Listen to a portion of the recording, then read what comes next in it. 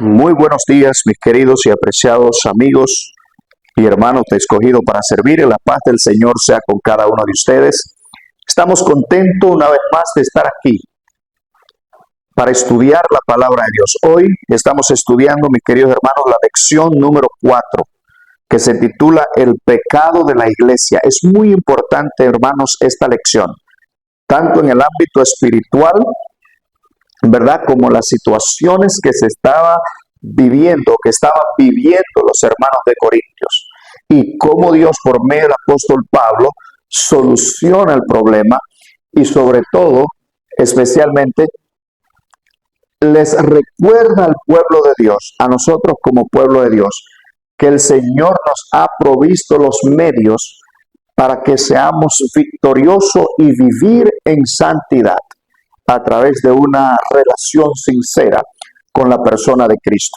Pero hay varios pasos que nos van a ayudar. Así que no te muevas, por favor, porque estamos a punto de estudiar esta interesante lección, el pecado en la iglesia.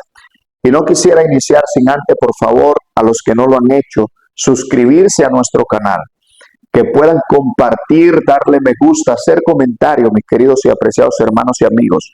Recordemos que hoy más que nunca, compartir es evangelizar. Así que sin más preámbulo, por favor, me gustaría orar para iniciar. Oramos.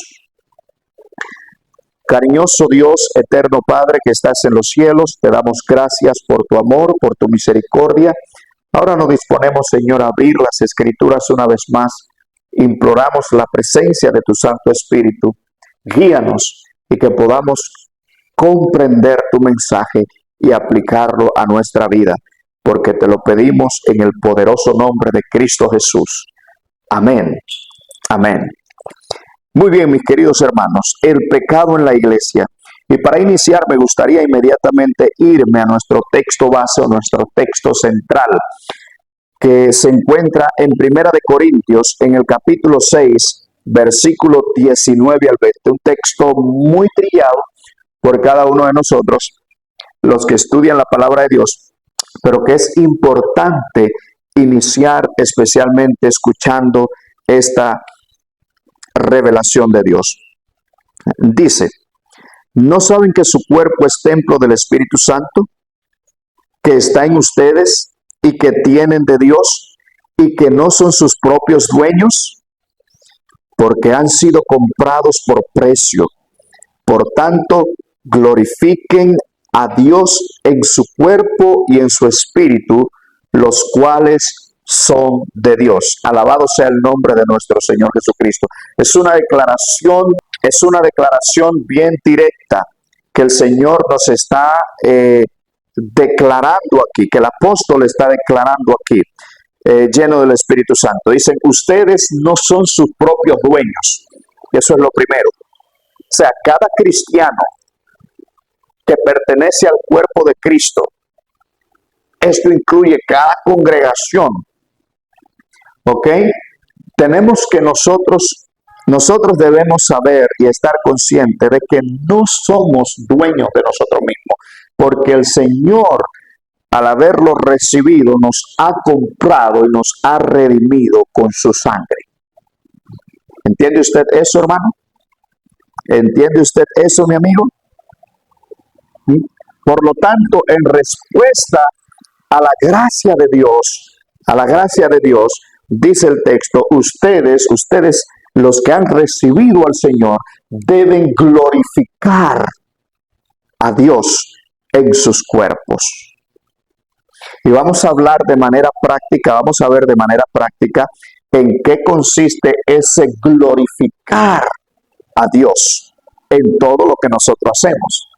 Obviamente, ya sea que hablemos, ya sea que vistamos, ya sea que comamos, ya sea que bebamos, todo esto debe estar, y es el deseo y la voluntad de Dios, que esté santificado, que esté en armonía con la voluntad de Dios. ¿Ok? Que esté en armonía con la voluntad de Dios. Y es por esta razón que iniciamos con este texto, hermano. porque podemos ser engañados, podemos ser engañados. En la sociedad en la que usted y yo nos movemos hoy, que vivimos, muchos seres humanos han caído en el engaño de, como digo yo, de elaborarse un Cristo imaginario. Y usted pregunta, pastor, ¿pero cómo elaborarme un Cristo imaginario? Sí, un Cristo imaginario me refiero a un Cristo sin mandamientos, un Cristo sin doctrina, un Cristo que aprueba todo, pero que no transforma nada. Cuidado con eso, hermano. Cristo es la verdad porque su palabra es verdad. Por lo tanto, como estudiamos en otra lección, la unidad es alrededor del Evangelio y de la verdad revelada de Dios. ¿Ok? Porque mis queridos y apreciados hermanos, debemos tener en cuenta que no podemos sustituir la santidad por la permisividad en la iglesia. ¿Ok? Cuando la iglesia o cuando una iglesia sustituye la santidad por la permisividad, allí hay problemas, hermano. Cuando confundimos la libertad por el libertinaje y la verdad, escuche bien, por una aceptación sin transformación, dejamos de reflejar el carácter de Cristo. Y si no estamos reflejando el carácter de Cristo, entonces, ¿qué otro carácter podríamos estar proyectando? ¿Ok? Entonces, por esta razón, mis queridos hermanos, estamos estudiando esta lección, el pecado en la iglesia, para tratar con asuntos que tienen que ver con la doctrina y con la fe. En la lección del domingo, nosotros vamos a encontrar el título Disonancia entre la fe y la práctica. Y este era el problema, hermanos, que estaba pasando con los corintios. Este era el problema. Había una disonancia, mis queridos hermanos, entre la fe y la práctica. Esta palabra, una disonancia, quiere decir una contradicción, hermanos, para que usted y yo podamos albergarlo. En la fe cristiana sería alguien que afirma amar a Dios, pero vive deliberadamente desobedeciendo sus mandamientos. Existe una disonancia espiritual entre su profesión de fe y su conducta. Es decir, que lo que usted crea sea lo que usted practique. Que lo que Dios revele sea su manera de conducirse. Y a eso Dios llama a la iglesia, llama a la congregación, llama a cada hermano a que no debemos tener esa disonancia. ¿Ok? Y la manera en que nos la expresa aquí en la lección del domingo es la situación que estaba viviendo la iglesia. Si usted nota, si usted va conmigo a Primera de Corintios, en el capítulo 5, versículo del 1 al 13, es extenso allí, muy extenso la lectura, pero dice, ¿qué situación escandalosa describe Pablo en este pasaje y por qué es tan inquietante? ¿Ok? Vamos a ver lo inquietante y vamos a ver lo escandalosa de la situación de la iglesia de Corinto. Y no solo eso, vamos también a ver cuál es la solución en las lecciones siguientes. Yo voy a iniciar especialmente en el versículo 1 del capítulo 5 de Primera de Corintios. No vamos a leerlo todo, pero sí vamos a tomar algunas expresiones relevantes allí.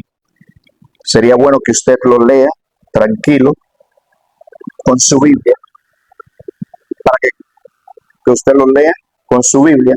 Yo lo voy a analizar. Pero dice aquí el texto, se ha sabido que hay entre ustedes fornicación y fornicación, cual ni aún se nombra entre los gentiles, a tal extremo que alguno tiene a la mujer de su padre. ¿Ok? ¿Qué es lo inquietante? Bueno, en primer lugar, Pablo dice que un hermano tenía una relación inmoral con la esposa de su padre, probablemente con su madrastra. En otras palabras, dicho hermano estaba en fornicación. Y era una fornicación, era un pecado abierto, era un pecado público y conocido. ¿Ok? Lo que Pablo está revelando. Y ese pecado, ahora escuche bien, la iglesia lo estaba tolerando. Por eso Pablo le escribe y le dice que ustedes están envanecidos, ustedes están engañados, se están engañando, hay disonancia, porque hay una doctrina, hay un principio de la palabra de Dios, de los mandamientos de Dios, que dice que esa relación no es lícita y que se está en pecado. Y en vez de, en amor, agarrar y disciplinar, ¿ok? No para destruir al hermano, sino para restaurarlo, ustedes se han quedado con la boca cerrada. Tremendo, hermanos. Para no traer complicaciones, dice, no sabemos si el hermano era un gran líder o tenía influencia tal en la iglesia, dinero que manipular, no se sabe nada de eso, pero lo que revela el texto claramente es que la iglesia estaba tolerando el pecado. Y cuando la iglesia tolera el pecado, se vuelve permisiva, hermanos. Y cuando la iglesia se vuelve permisiva, la libertad que tenemos en Cristo se vuelve un libertinaje. Y dejamos de reflejar el carácter de Cristo. Esto era lo escandaloso de esa situación en Corinto. ¿Ok? Se necesitaba allí líderes, se necesitaba hermanos líderes que vieran el pecado, lo llamasen por su nombre y solucionaran en el nombre del Señor Jesucristo esa situación. Pero la iglesia cayó. Un tanto también, mis queridos hermanos, pasa con la iglesia, en el Apocalipsis, en el remanente de Tiatira. La iglesia comenzó a tolerar las falsas doctrinas de Jezabel, de esa mujer mística, ¿verdad? Y le fue pecado. O sea, la iglesia estaba en pecado. ¿Por qué? ¿Por qué? Porque el pecado influye en toda la congregación, mis queridos hermanos. Y es por esta razón que Pablo está llamando a la iglesia de algún modo. Hay que dejar esa disonancia entre la fe y la práctica. Lo que usted cree es lo que usted, así es como usted se conduce. Porque el Señor no nos ha llamado a la inmoralidad, sino el Señor nos ha llamado, mis queridos hermanos, a la santidad. A la santidad. Por lo tanto, en la lección del lunes vemos lidiando con escándalo. Esto fue un escándalo, hermanos, en la iglesia, ¿saben? Esto fue un escándalo. Por lo tanto, fue importante que Dios, por medio del apóstol Pablo, corrigiera ese mal. Dice, ¿cómo les dice Pablo que deben abordar esta situación? Bueno, nosotros vamos a 1 Corintios, en el capítulo 5, versículo 1 al 13, encontramos expresiones como estas de Pablo. A ese que esté en pecado, que sea quitado de entre ustedes. Suena fuerte. 1 Corintios 5:2.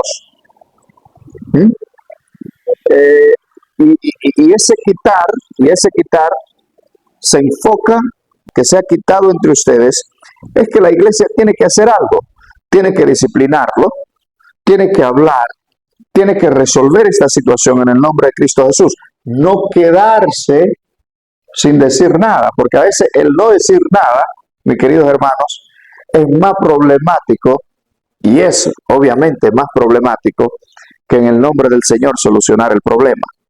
Pero dice, sea quitado de ustedes. Otra expresión dice, entreguen al tal a Satanás. Y aquí lo que está diciendo es que le permitan que esa persona coseche el fruto de sus decisiones. Si no quiere cambiar, si no quiere arrepentirse, entonces ¿qué se debe hacer?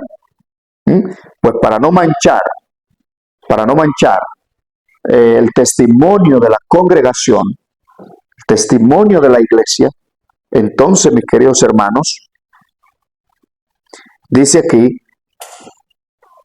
en el versículo 9, dice, no se asocien ni coman con él. Es fuerte, mis queridos hermanos, esta resolución del apóstol. Sin embargo, leemos en el tercer párrafo de nuestra lección que nos dice: la disciplina eclesiástica tiene un carácter rehabilitador. Su objetivo es hacer que los pecadores recobren el sentido común y abandonen su estilo de vida pecaminoso. Pero para eso, la iglesia debe moverse en consonancia con la palabra de Dios, con la verdad de Dios. Es posible que esto sea lo que Pablo quiso decir con destrucción de la carne. Dice, también es posible que el hombre incestuoso, o sea, el que está viviendo con la mujer de su padre, dice, sea el hombre, sea de Primera de Corintios 5, sea el hombre arrepentido al que se hace referencia más adelante. No lo sabemos, pero vamos a ver qué dice allí. La disciplina eclesiástica alcanza su propósito cuando el feligrés que ha errado se reintegra a la comunidad eclesiástica. Pero para eso tiene que existir, ¿verdad?, un líder o sus líderes que tengan esa percepción espiritual y en vez de tolerar el pecado, en amor, en disciplina y en humildad, hablar con el hermano. Si persiste en su pecado, entonces, bueno, los pasos están dados, mis queridos hermanos, para no manchar el testimonio de la iglesia. Y ¿saben algo, hermanos? Que esto lo vemos como normal. Hay muchas iglesias hoy en día, hermanos, en pecado conocido y abierto. Pero porque algunos son líderes, porque hay un hermano que valora más que otro, hoy en día nos encontramos sumidos en el pecado. Y repito, cuando nosotros abandonamos lo que Dios revela para unirnos en un Cristo imaginario sin verdad, en un Cristo imaginario sin decir lo que agrada a Dios y no le agrada, entonces nosotros somos tan pecadores como aquellos. Aquí se está hablando de un pecado físico. ¿Usted lo nota? Es un pecado físico, de una fornicación física. Si traspolamos el mismo principio, por ejemplo, en Apocalipsis, en el capítulo 2, versículo 18, al remanente de Tiatira, ¿cuál era el pecado de la iglesia en el remanente de Tiatira? Que toleraba el error dentro de la iglesia. Toleraba el pecado dentro de la iglesia. Y eso le fue pecado, mis queridos hermanos. ¿Estamos nosotros hoy en la misma condición? ¿Lo estamos viendo normal? ¿Hemos normalizado eso? Son las preguntas, hermanos. Porque lo que encontramos aquí es que Pablo enfrentó especialmente la situación como líder. Enfrentó la situación como líder. Y es interesante porque en 2 de Corintios, en el capítulo 2, versículo 5, encontramos la misericordia de Dios. Si el pecador se arrepiente, si ese hermano o hermana se arrepiente, va a alcanzar misericordia si se arrepiente de su mal. Pero si sigue en su mal y utiliza especialmente el nombre de Cristo como licencia para pecar, entonces las palabras de Pablo, las palabras de Dios por medio de Pablo, aunque duras, hermanos, dice aquí, bueno, se ha quitado entre ustedes, entreguen eso, permitan que coseche el fruto de sus decisiones, entréguenlo a Satanás, no se asocien, porque mientras tanto dice que es cristiano, hay una disonancia porque está en rebelión a lo mismo que él profesa creer. Entonces es un falso. Así que el Señor nos ayude, mis queridos hermanos, a que lo que nosotros creamos sea lo que nosotros podamos vivir. En la lección del miércoles encontramos el antídoto contra la inmoralidad sexual. Sí, encontramos el antídoto contra la inmoralidad sexual. Hermanos, este tema es tan importante irrelevante para Dios que nosotros tenemos que pedirle al Señor que nos ayude a comprender, hermanos. Miren, en Primera de Tesalonicenses, en el capítulo 4, del versículo 1 al 8, son largos los pasajes, usted lo puede notar. Muestra de una manera muy clara, mi hermano, que la santificación y la pureza sexual están íntimamente relacionadas. O sea, santificación es igual a pureza sexual. ¿Ok? Cubre ese aspecto. Pablo enseña que la santificación no es solo una experiencia espiritual interna, sino una forma de vivir que incluye el dominio propio, como lo vamos a ver, del cuerpo, y la obediencia a la voluntad de Dios. Si usted nota en el versículo del 1 al 3 de 1 Tesalonicenses 4, nosotros vamos a ver que Pablo comienza exhortando a los creyentes a vivir de una manera que agrade a Dios. Dice el versículo 3, porque la voluntad de Dios es vuestra santificación, que os apartéis de fornicación. Alabado sea el nombre del Señor. ¿Notan ustedes que la santificación, que la santificación es la voluntad de Dios para nosotros? La voluntad de Dios es igual a nuestra santificación y nuestra santificación implica apartarse de la inmoralidad sexual. En otras palabras, no puede haber verdadera santificación, mis queridos hermanos, mientras una persona persiste voluntariamente en la inmoralidad sexual. No puede haber, mis queridos hermanos. Por eso, aquel problema debía corregirse, especialmente dentro de los corintios. En los versículos 4 al 5, nosotros vamos a ver que Pablo dice lo siguiente, dice que cada uno de vosotros sepa tener su propia esposa en santidad y honor. ¿Nota usted? La idea de aprender a controlar el propio cuerpo y los deseos sexuales, en lugar de dejarse gobernar de las pasiones. Es un contraste, mi querido hermano. El creyente vive en santidad y honor, lo que está diciendo. Y los que no conocen a Dios viven dominados por las pasiones desordenadas. Eso deja Pablo claro, o el Señor por medio del apóstol. La diferencia no es solo moral, sino es espiritual. Conocer a Dios transforma la manera de vivir. Eso debemos tenerlo bien en claro. Hay otra declaración en el versículo 6 que Pablo añade. Dice, agraviar ni enseñar en nada a su hermano. En otras palabras, la inmoralidad sexual no solo es un pecado contra Dios, también hiere a otras personas, destruye la confianza, las familias y la comunión de la congregación o la iglesia. Y es por esta razón que Pablo le dice claramente que el Señor es vengador de todo esto. El Señor es vengador. De manera que Dios nos llama y nos está llamando, mis queridos hermanos, a la santidad. Dios nos llamó a la santidad. Dice aquí, pues no nos ha llamado Dios a la inmundicia, sino a santificación. Y añade que quien rechaza esta enseñanza no desecha a hombre, sino a Dios, que también nos dio su Espíritu Santo. Es decir, Dios nos dio su Espíritu Santo para que nosotros vivamos, sepamos discernir entre el bien y el mal y hacer conforme a su voluntad. Rechazar el llamamiento a la pureza, mis queridos hermanos, es rechazar la voluntad de Dios mismo. Por lo menos lo que Pablo especialmente nos está revelando aquí en Primera de Tesalonicenses capítulo 1, versículo 1 al 8. Entonces, en una cultura donde la inmoralidad sexual suele verse como algo normal, este pasaje sigue siendo un llamado para nosotros. ¿Cierto, hermanos?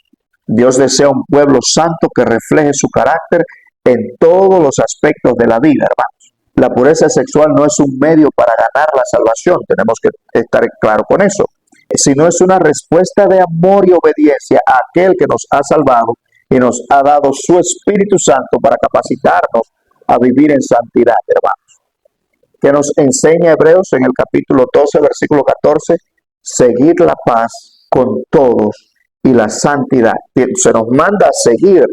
La santificación es una obra continua de Dios en la vida de nosotros. Y una de sus manifestaciones más visibles, como nosotros estamos viendo, es una vida de pureza, de fidelidad y de dominio propio. Eso enseña la palabra de Dios. Entonces, ¿cuál es el antídoto, mis queridos hermanos, que presenta el apóstol Pablo o Dios por medio del apóstol? Bueno, versículo 3, porque la voluntad de Dios es vuestra santificación y que os apartéis de fornicación. Lo segundo es el dominio propio. Versículo 2 dice que cada uno de vosotros sepa tener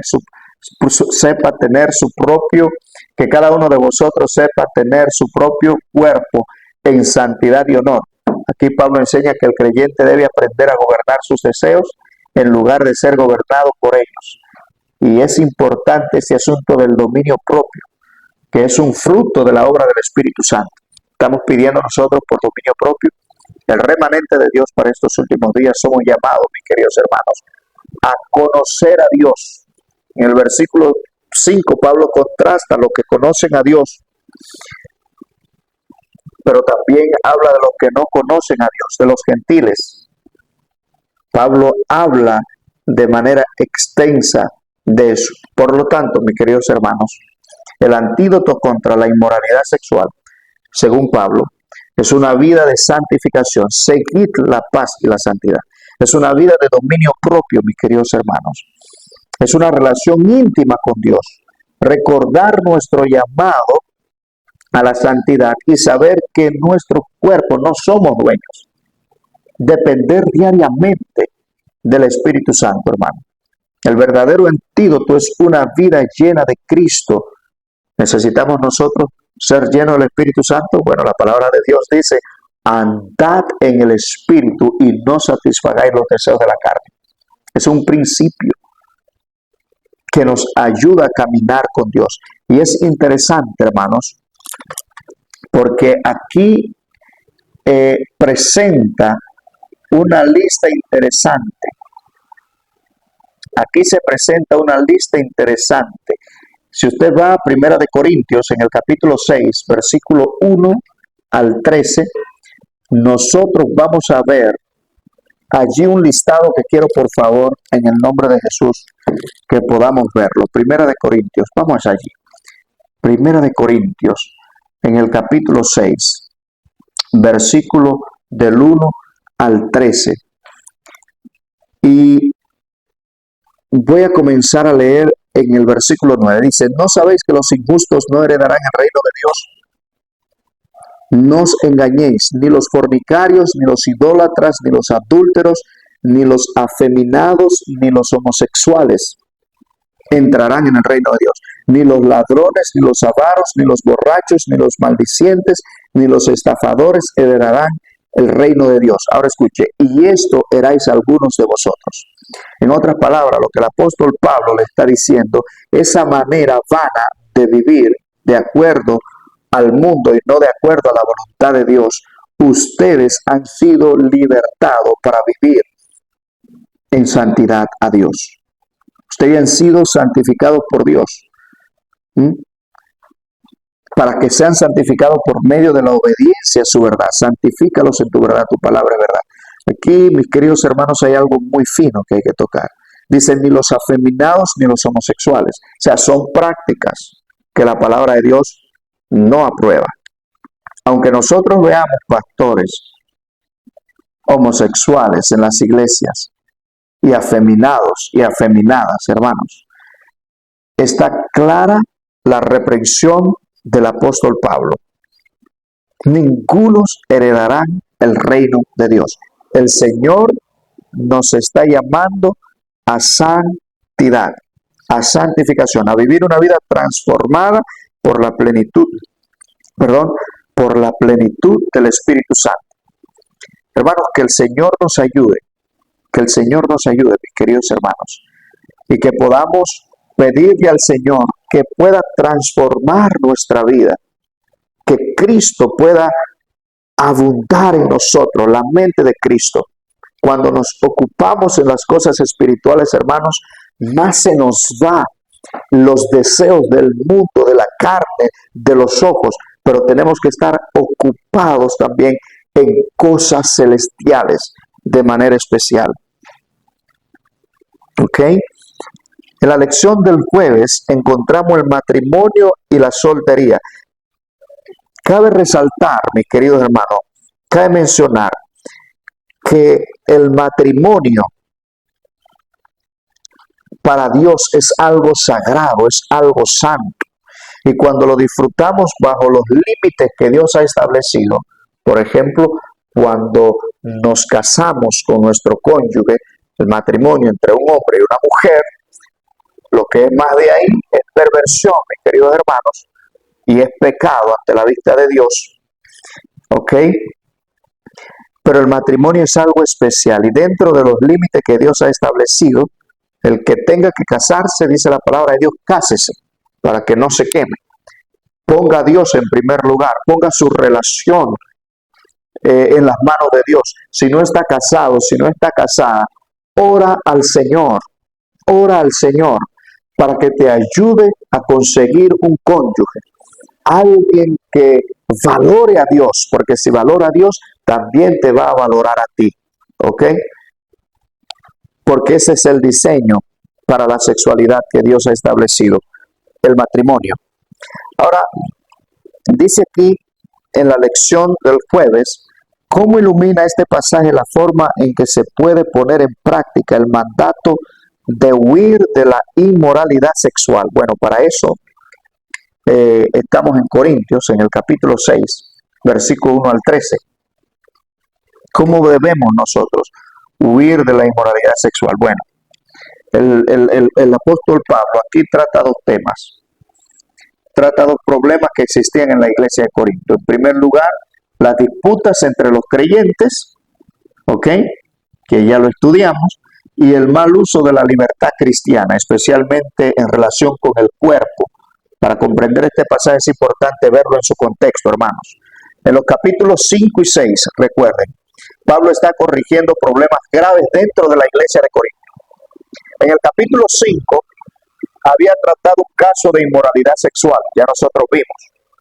Ahora, en el capítulo 6 aborda el hecho de que algunos creyentes estaban llevando a otros hermanos ante los tribunales paganos para resolver conflictos. Yo me he encontrado con esta situación también dentro del pueblo de Dios, en lugar de solucionarlos dentro de la comunidad de la fe. ¿Ok? En los versículos del 1 al 8, Pablo reprende a los corintios porque llevaban sus pleitos ante jueces incrédulos. Su argumento era el siguiente, hermano, en los versículos del 2 al 3 de 1 de Corintios 6. Los creyentes están llamados a participar con Cristo en el juicio futuro del mundo, hermanos, y los ángeles. Entonces, ¿cómo no podemos ponernos de acuerdo entre nosotros? Número 2, es una vergüenza que la iglesia no tenga personas sabias para mediar en sus diferencias. Señor, oramos por nuestras iglesias, oramos por nuestras congregaciones, que haya líderes que conozcan la palabra de Dios y líderes santificados, hermanos. Pablo les dice, si Dios le va a confiar responsabilidades tan grandes como la del juicio en el futuro, jugar al mundo, en el juicio futuro del mundo y de los ángeles, dice, si Dios les confiará responsabilidades tan grandes, también deberían ser capaces de resolver los asuntos cotidianos entre ustedes. Es preferible sufrir, algo interesante también que Pablo resalta en este capítulo, es preferible sufrir una injusticia que deshonrar el nombre de Cristo mediante pleitos públicos entre hermanos. Sí, mis queridos hermanos. Pablo no está prohibiendo toda la acción legal en cualquier circunstancia. Escuche bien. Lo que condena es el espíritu contencioso y el escándalo de que hermanos en la fe destruyan su testimonio llevando sus conflictos personales ante los tribunales paganos. Gente que no conoce a Dios, cuando podían resolverlos con sabiduría y amor cristiano. Por eso es una vergüenza cuando la iglesia parece ser que no hay persona que tenga una, una, una consagración, un líder consagrado que pueda mediar sobre estos asuntos. Además, Pablo recuerda que quienes practican persistentemente ciertos pecados sin arrepentimiento no heredarán el reino de Dios. Y ya lo vimos.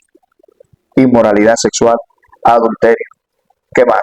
Robo, avaricia, embriaguez, calumnia, estafa, los afeminados, los homosexuales, lo que están constantemente en esa práctica, dice, no heredarán el nombre de Dios. La lista es clara.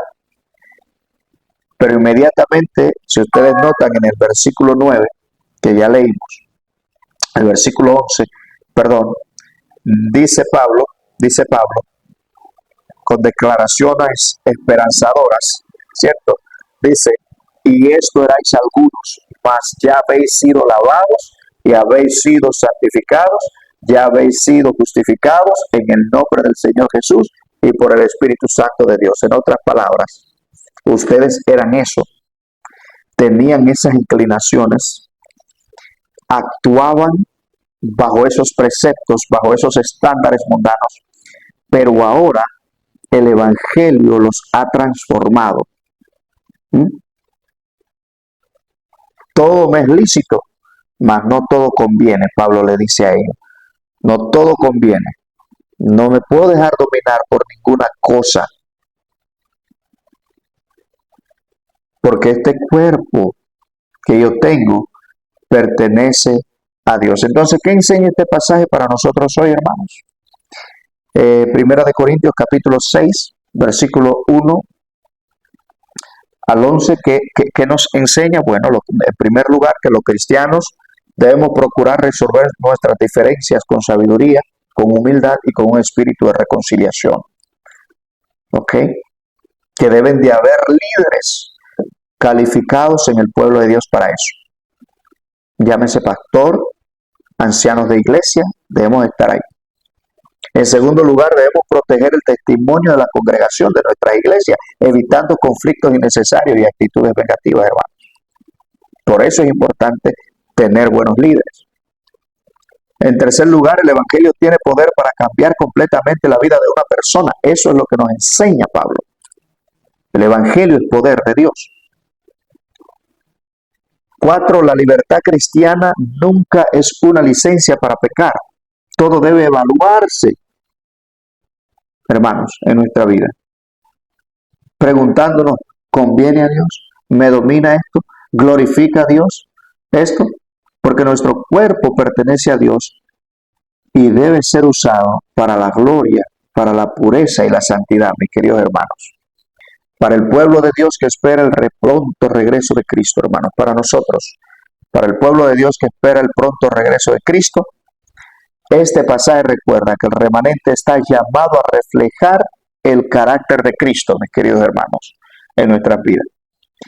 La iglesia o la congregación debe distinguirse por la reconciliación, sí, el amor fraternal, la santidad y el dominio propio. No puede permanecer indiferente al pecado, a la fornicación, tanto física o espiritual. ¿Ok?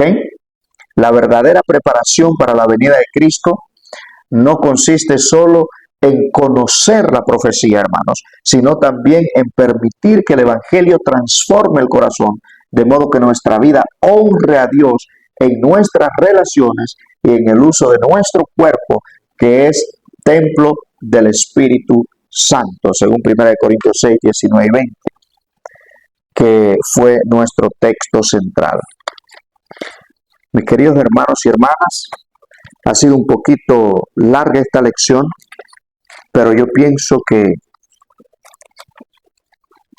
el Señor nos está llamando a caminar por el sendero que Él ha revelado, como iglesia y como individuo, que somos parte del cuerpo de Cristo. Yo quiero finalizar con estas 3 declaraciones de la sierva del Señor. La primera se encuentra en Consejos sobre el régimen alimenticio, página 184. Dice así: es imposible que cualquiera disfrute de la bendición de la santificación mientras sea egoísta y glotón. Escuche bien, hermano. El poder que tiene la constitución humana de resistir los abusos que se cometen con ella es admirable. Ahora escuche, pero los hábitos erróneos persistentes que consisten en comer y beber en exceso debilitarán toda función del cuerpo. En comer y beber en exceso, pero en comer y beber fuera de la voluntad de Dios también. ¿Ok? Sigue diciendo, en la gratificación del apetito y la pasión pervertidos, aún los profesos cristianos incapacitan a la naturaleza en su obra y aminorizan el poder físico, mental y moral. Entonces, el dominio propio juega una parte fundamental en lo que tiene que ver con la formación de nuestro carácter. Dice aquí, sigue diciendo, cuando uno se vacía completamente de sí mismo, cuando todos los falsos dioses son expulsados del alma, el vacío es llenado por el Espíritu de Cristo. Gloria al Señor. Tal persona tiene entonces la fe que obra por el amor y purifica el alma de toda contaminación moral y espiritual. ¿Ok? Y la última cita que está en manuscrito 12 de 1844 dice, Dios busca exaltarnos a su elevado, puro y celestial nivel. Escuche bien cuál es la misión del Padre Celestial en su trono. Busca, unido con el Hijo, con el Espíritu Santo, con sus ángeles, en ese poderoso ministerio. Dice, Dios busca exaltarnos a su elevado, puro y celestial nivel. Para este propósito, su Espíritu lucha constantemente con nosotros. Gloria al Señor. Su Espíritu Santo, hermanos, nos enseña a discernir entre lo bueno y lo malo, entre lo santo y lo profano, pero nos capacita por su gracia para poder vencer nuestros malos hábitos y ponerlo en armonía con la voluntad de Dios, para no andar con disonancia cognitiva, hermanos. Lo que creemos, eso practicamos. La cita termina diciendo, a menos que sean corregidas por el Espíritu Santo de Dios, que nuestras malas inclinaciones, nuestras tendencias naturales, nuestros malos hábitos, dice, a menos que sean corregidas por el Espíritu de Dios, por el Espíritu Santo de Dios, nuestras tendencias naturales contienen en sí mismas las semillas de la muerte moral. Tremendo, hermanos. Entonces, ¿por qué es tan importante, hermanos, comprender esta lección? Si es necesario, hay que volverla a repetir, hermanos. El pecado en la iglesia, número uno, hay un pecado físico, incestuoso, que la iglesia tolera y necesitaba ser reprendida, tanto la iglesia como el individuo.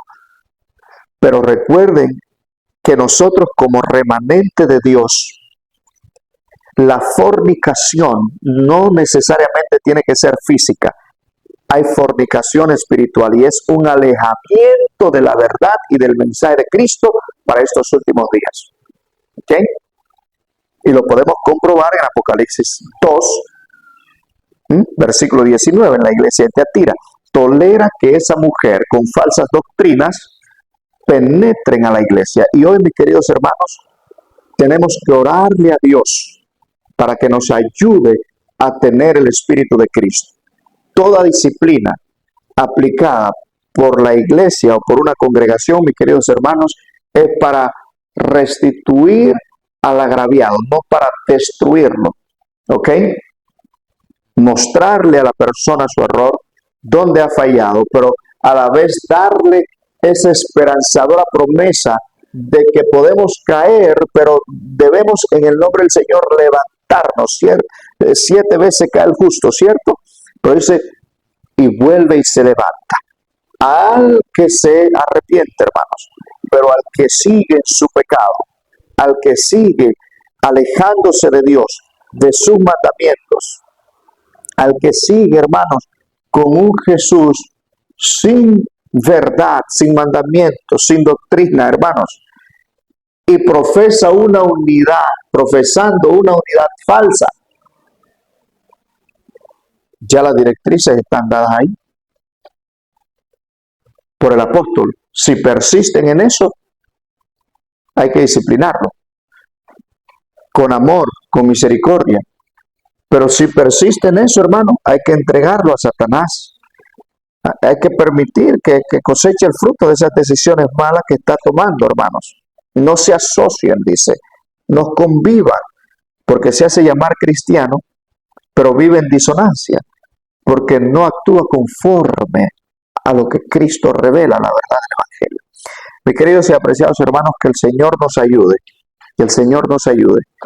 Claramente me impactó esta lección, hermanos, que el Señor nos ayude y sabemos que el Señor está en toda la disposición. Él busca exaltarnos, dice la sierva de Dios, a su más elevado nivel.